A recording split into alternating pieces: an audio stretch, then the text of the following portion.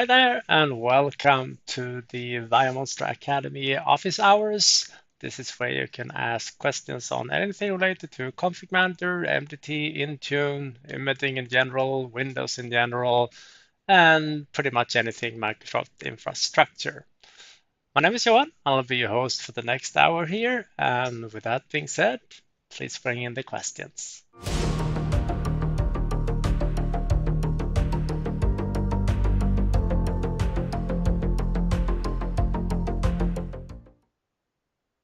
All right. I am monitoring some questions on LinkedIn, Twitter, YouTube, and Facebook.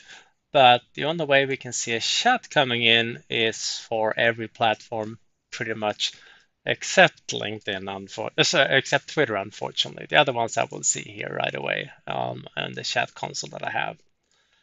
That being said, I did get a question from via email earlier today. It was from Robert asking basically, he's a config manager admin, been for a long time, consider himself very good at it. Where to go if basically want to embrace the modern route or learn about how config manager can extend with co-management, tenant attach, Intune, hybrid, and all those scenarios. And shameless plug, obviously, but we do have a lot of courses on the Academy covering that type of content by all means, but you can also be here asking questions about things, but that's typically what I would recommend starting. And we do have some sessions that are free here. For example, the setting up a lab environment for Intune and Config Manager, so you can start to play around with them, how they coexist. That would be a good starting point, I think. Now, let me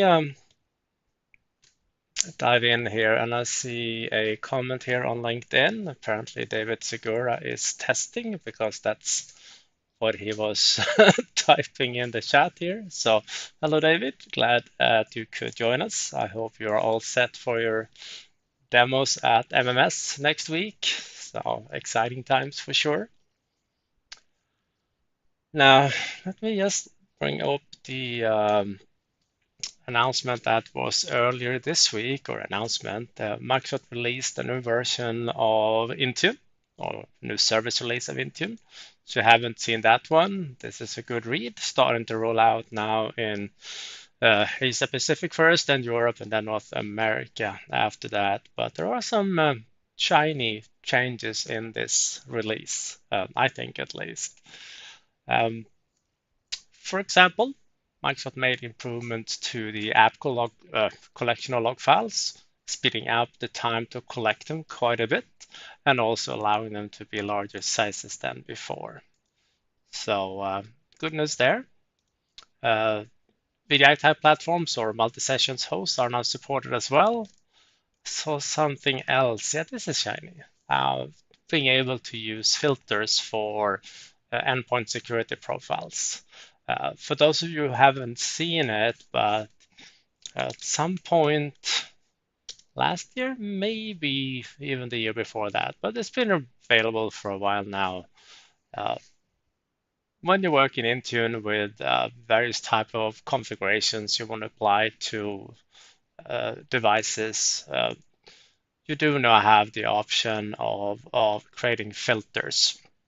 Was in a preview for a while, but here's an example filter where I simply set the vendor is Microsoft.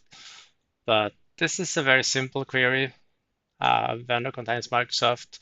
When you build these queries, you can right away do a preview of your own devices, and it will tell you how many devices you have that happen to have that filter attached to them. And that means that when you work with your various items here, you can use that as in addition to the group that you assign it to. So you can use filters to either include machines or even to exclude machines that you have targeted by the group assignment. So glad to hear that that made it into security profiles as well. See what else? Yes, this has been quite a hype around this one here. This is obviously not new that you can do an analysis of group policies that you export out of Active Directory and import into Intune, but now you actually have a migrate option that will create you a settings catalog profile with your settings. That being said, just because you have 317 group policies in Active Directory at the moment, it's not necessarily that's a good idea to bring them over to Intune. A lot of organizations I've been working with lately, they had group policies for quite a while. They started 20 some years ago in Windows 2000 and then just added on more and more and more group policies over time. And usually for a time that was different because back in the XP and Windows 7 time frame or time frames, a lot of the policies they were basically there to prevent something because everybody was local administrators and policies were there to prevent you from doing something stupid, to prevent you from shooting yourself in the foot. These days, policies are more on the configuration side of things, not so much preventing things, because these days, more organizations are having their users being standard users, and there is less need to have these like harsh lockdown policies. So while it's a great feature that you can get help creating the catalog, it doesn't mean that you shouldn't do an overhaul of those settings because many of the older policies that you may have in Active Directory you can probably skip a lot of those and be um, happier than before. So this one also configuration profiles for wide networks, a bit of 802.1x support, another good stuff. Macintosh settings. Yeah, there are some good stuff in this service release. So should be arriving shortly if it haven't already. All right. That being said, any other questions? Anything at all? I'll be happy to answer.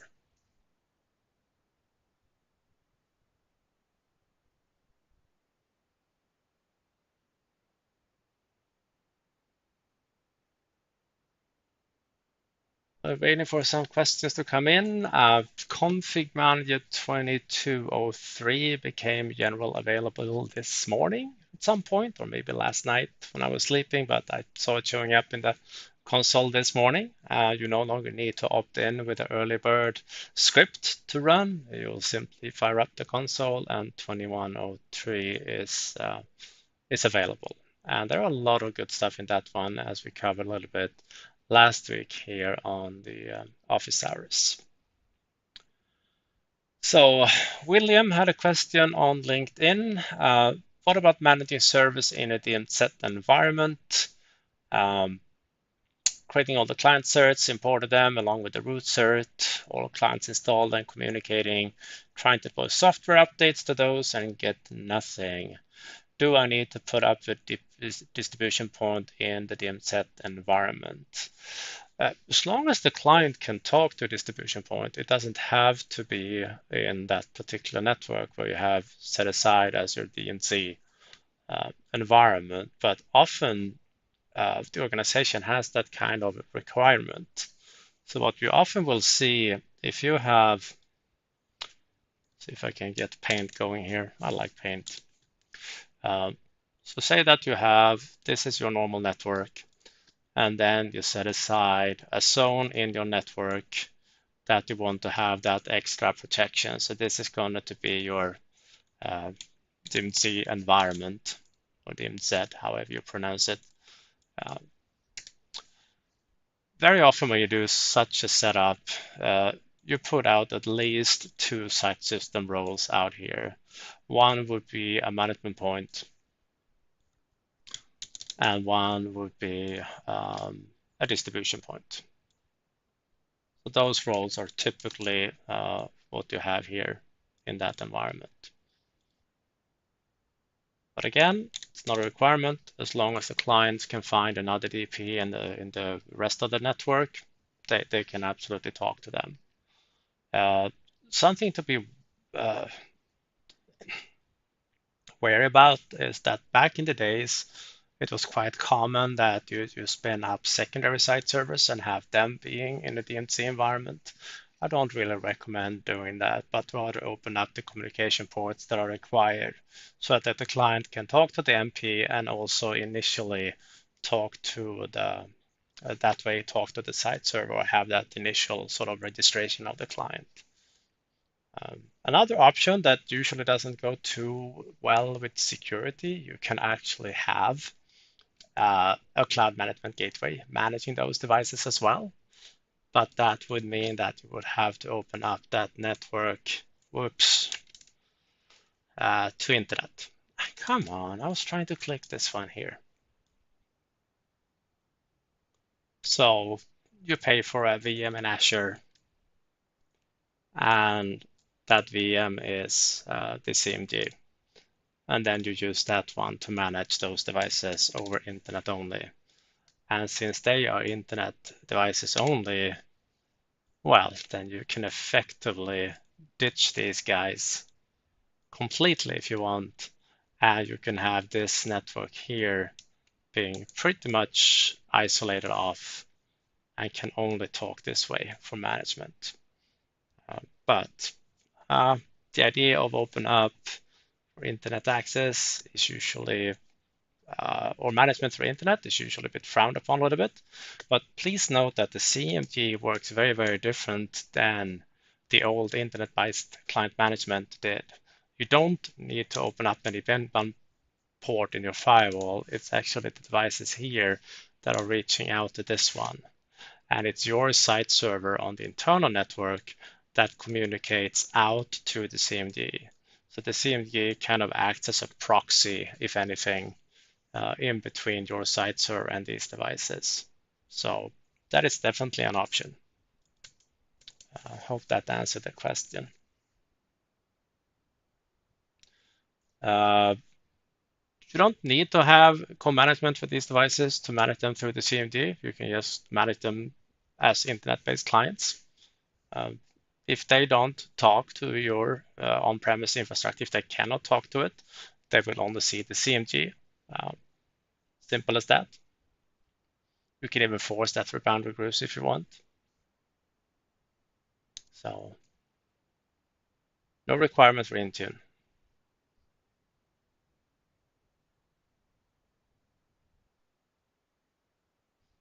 All right, any other questions?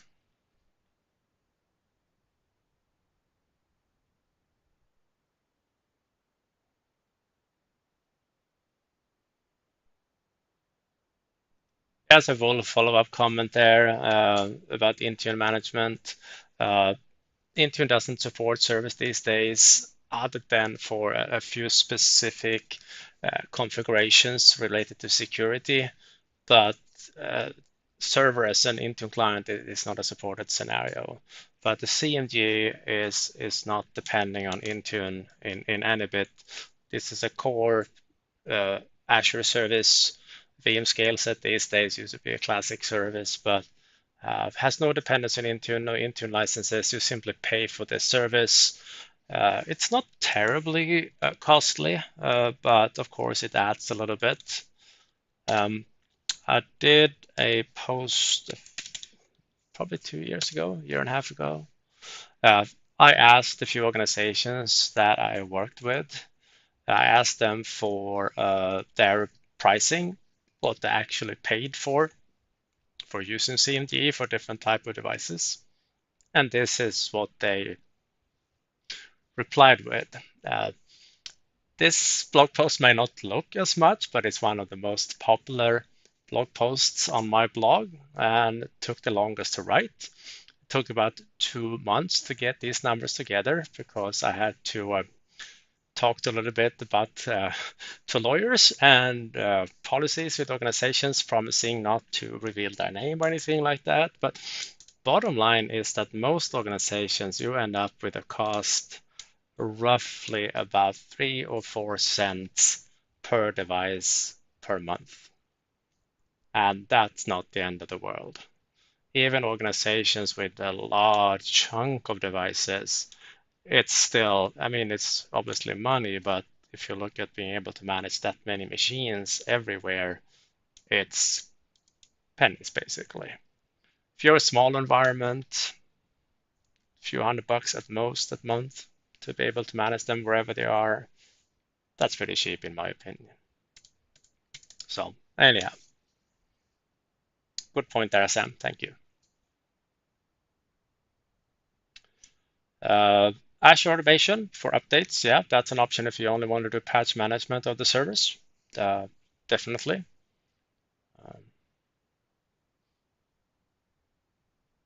Usually you want to do more, but if updates is the only thing you need to manage, that is definitely an option.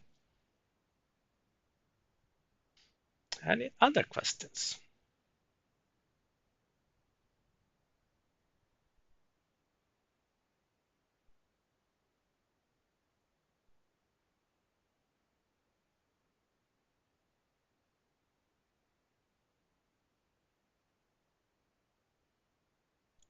While we're waiting for questions, I usually put up a friendly reminder that in May 12, we have the next mini course, and this one is focusing on everything peer-to-peer.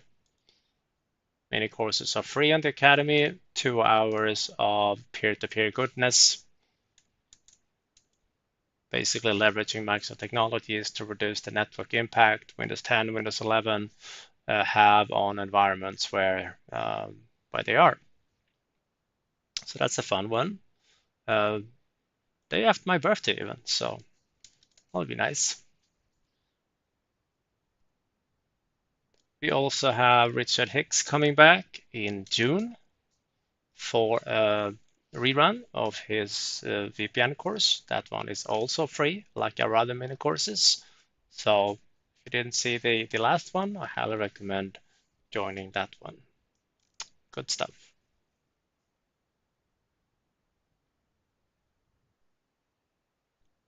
Sam is asking, are there any news on deploying driver updates from ConfigMgr?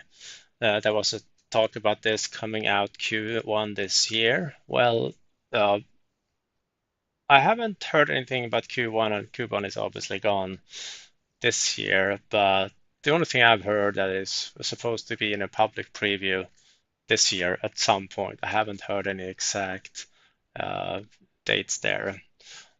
For those of you that are new into that concept, Microsoft has been working on a new deployment service for a good year and a half in private preview.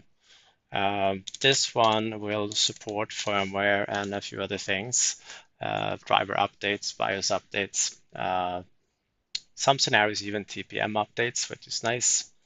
But this one was introduced at Ignite about a year and a half ago. And let's see if I can find any more recent information about it. This seemed to be somewhat recent. This is from March 16.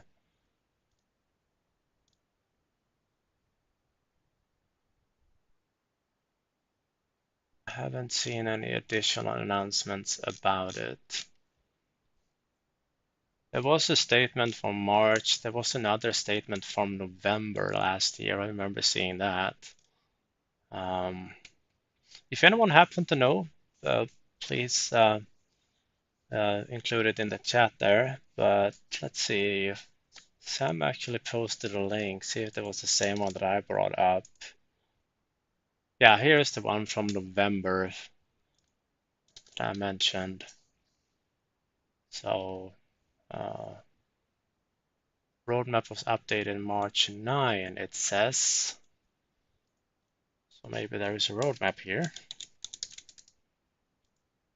Roadmap update.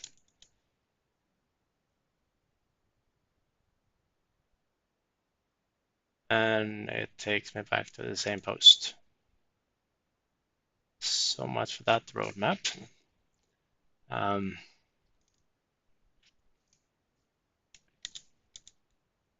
As there is another section called roadmap here. 1, 2, here. Here. Excellent. Plans to launch all capabilities in public preview in July. So publicly available. That's a nice Christmas gift, as any. So hopefully.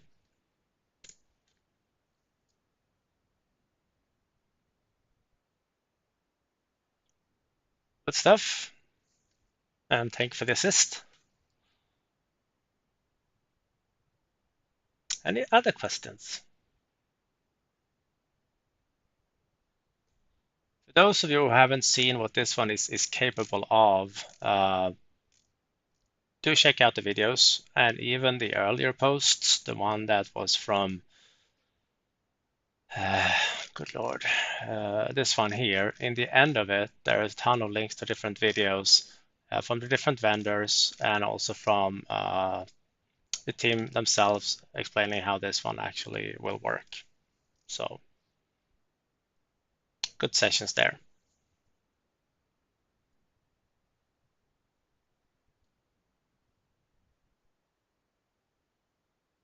Any other questions? We have a whopping 37 minutes to our disposal.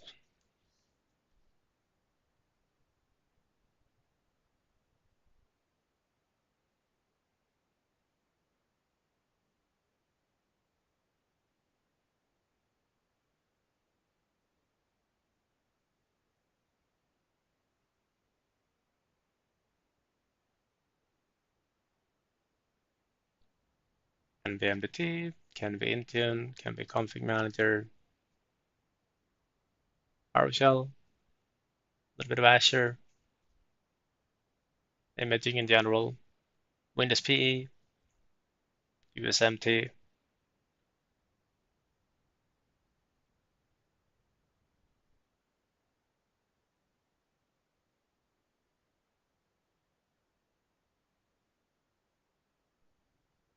All right. I don't see any other questions coming in.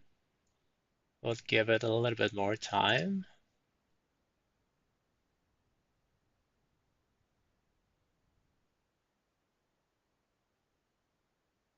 Alrighty then.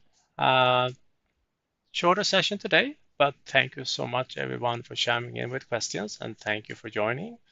And next week, I won't be able to present these office hours, unfortunately, because I will be up on a stage together with Andrew Johnson presenting a session at MMS in Minneapolis, and it's really hard to do that at the same time as delivering an office hour session. So you see it, we published the change on the landing page, but next week, no office hours, and then we'll be back again on May 11, my birthday. That's the next office hours.